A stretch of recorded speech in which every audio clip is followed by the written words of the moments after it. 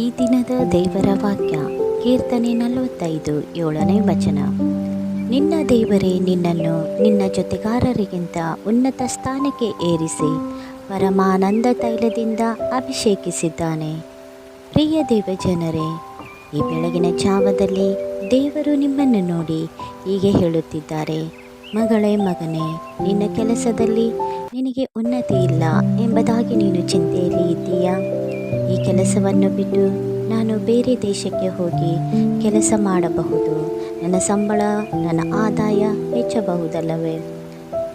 ನನ್ನ ಕುಟುಂಬವನ್ನು ನಡೆಸಿಕೊಂಡು ಹೋಗಲು ನನ್ನ ಆದಾಯವು ಸಾಲುತ್ತಿಲ್ಲ. ನಾನು ಎಷ್ಟು ಕಷ್ಟಪಟ್ಟರೂ ನನಗೆ ಸರಿಯಾದ ಪ್ರತಿಫಲ ಬರುತ್ತಿಲ್ಲ. ಈ ಕೆಲಸದಲ್ಲಿ ನನಗೆ ತುಂಬ ನೋವಿದೆ. ಈ ಕೆಲಸದಲ್ಲಿ ನಾನು ಪ್ರಯಾಸಪಟ್ಟು ದುಡಿದರೂ ನನ್ನನ್ನು ಯಾರೂ ಗಮನಿಸುತ್ತಿಲ್ಲ.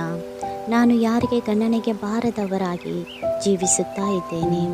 ಯಾಕೆ ನಾನು ಇಲ್ಲಿ ಕೆಲಸ ಮಾಡಬೇಕು ಎಂಬುದಾಗಿ ನಿನಗೆ ನಾನಾ ವಿಧವಾದಂಥ ಶೋಧನೆಗಳು, ಚಿಂತೆಗಳು ಕಾಡುತ್ತಿವೆಯೇ?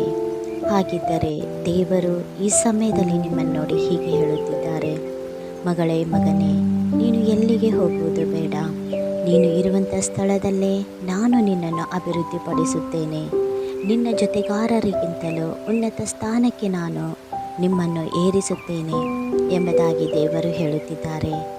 ಯಾಬೇಚನ ಜೀವಿತವನ್ನು ನೋಡುವಾಗ ಯಾಬೇಚನು ಆತನ ತಾಯಿ ಆತನಿಗೆ ಯಾಬೇಚ್ ಅಂದರೆ ಬಹು ವೇದನೆಯಿಂದ ಎತ್ತಿದ್ದೇನೆ ಎಂಬುದಾಗಿ ಆತನಿಗೆ ಯಾಬೇಚ್ ಎಂದು ಹೆಸರಿಡುತ್ತಾಳೆ.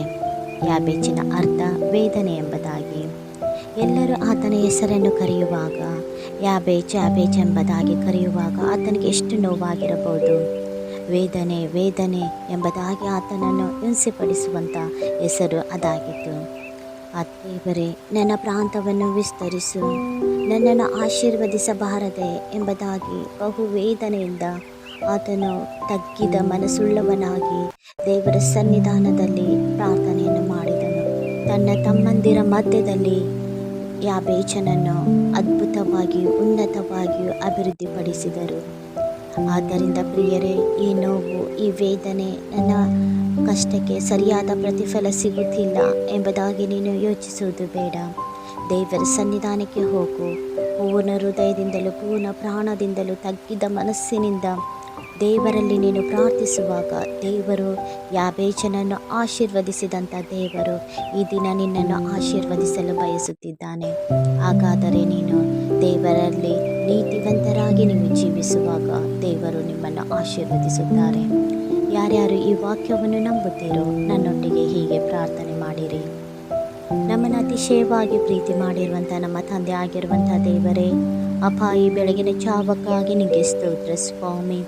ಬೆಳಗಿನ ಜಾವದಲ್ಲಿ ಸ್ವಾಮಿ ಬಹು ವೇದನೆಯಿಂದ ಯಾರ್ಯಾರು ನಿನ್ನ ಸನ್ನಿಧಾನದಲ್ಲಿ ಪ್ರಾರ್ಥಿಸುತ್ತಾ ಇದ್ದಾರಪ್ಪ ಅಂತ ನಿನ್ನ ಮಕ್ಕಳನ್ನು ಮುಟ್ಟಿ ರಾಜ.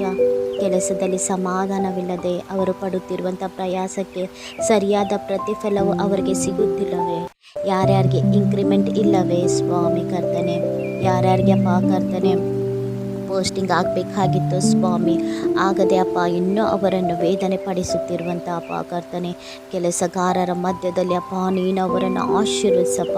ಅವರ ಜೊತೆ ಕೆಲಸಗಾರರ ಮಧ್ಯದಲ್ಲಿ ಸ್ವಾಮಿ ನಿನ್ನ ಮಕ್ಕಳನ್ನು ಆಶೀರ್ವದಿಸು ಸ್ವಾಮಿ.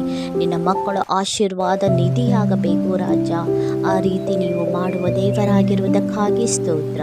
ಯೇಸುವಿನ ನಾಮದಲ್ಲಿ ತಂದೆ, ಆಮೇನ್. ದೇವರು ನಿಮ್ಮನ್ನು, ನಿಮ್ಮ ಕುಟುಂಬವನ್ನು ಹೇರಳವಾಗಿ ಆಶೀರ್ವದಿಸಲಿ. ಆಮೇನ್.